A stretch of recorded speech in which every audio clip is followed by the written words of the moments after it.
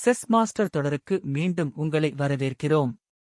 காய்கள் எப்படி நகர்கின்றன, ராஜாவை எப்படி செக்மேட் செய்வது என்பதை நீங்கள் கற்றுக்கொண்டீர்கள்.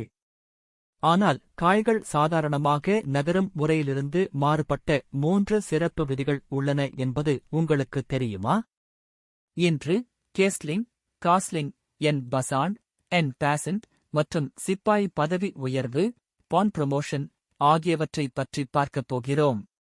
முதலில் கேஸ்லிங். ஒரே நேரத்தில் 2 காய்களை நகர்த்தக்கூடிய ஒரே விதி இதுதான். ராஜா யானையை நோக்கி 2 கட்டங்கள் நகர்கிறார், யானை ராஜாவை தாண்டி வந்து அமர்கிறது. இது உங்கள் ராஜாவை பாதுகாப்பதோடு யானையை ஆட்டத்திற்குள் கொண்டு வருகிறது. ராஜா அல்லது யானை ஏற்கனவே நகர்ந்திருந்தாலோ, செக் இருந்தாலோ அல்லது ராஜா செல்லும் வழியில் தாக்குதல் இருந்தாலோ கேஸ்லிங் செய்ய முடியாது.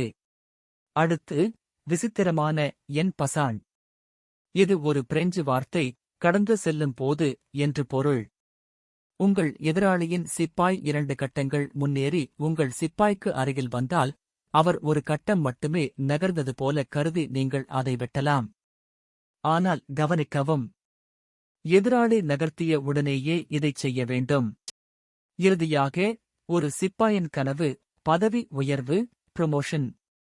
ஒரு சிறிய சிப்பாய் கடைசி வரிசையை அடைந்தால், நீங்கள் விரும்பும் எந்தக் காயாகவும் ராஜாவைத் தவிர மாற்றிக்கொள்ளலாம்.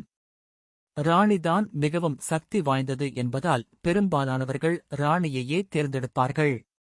இது ஆட்டத்தின் போக்கையே மாற்றிவிடும். சிறப்பு நகர்வுகள் உங்கள் உத்திகளுக்கு அதிக வலிமை சேர்க்கும். இவற்றில் தேர்ச்சி பெற்றால் நீங்கள் ஒரு சிறந்த வீரராக மாறுவதற்கு கட்டாயம் உதவும். அடுத்த எபிசோடில் ஓபன் கேம் தந்திரங்களைப் பற்றிப் பார்ப்போம். அதுவரை தொடர்ந்து பயிற்சி செய்யுங்கள். மீண்டும் சந்திப்போம்.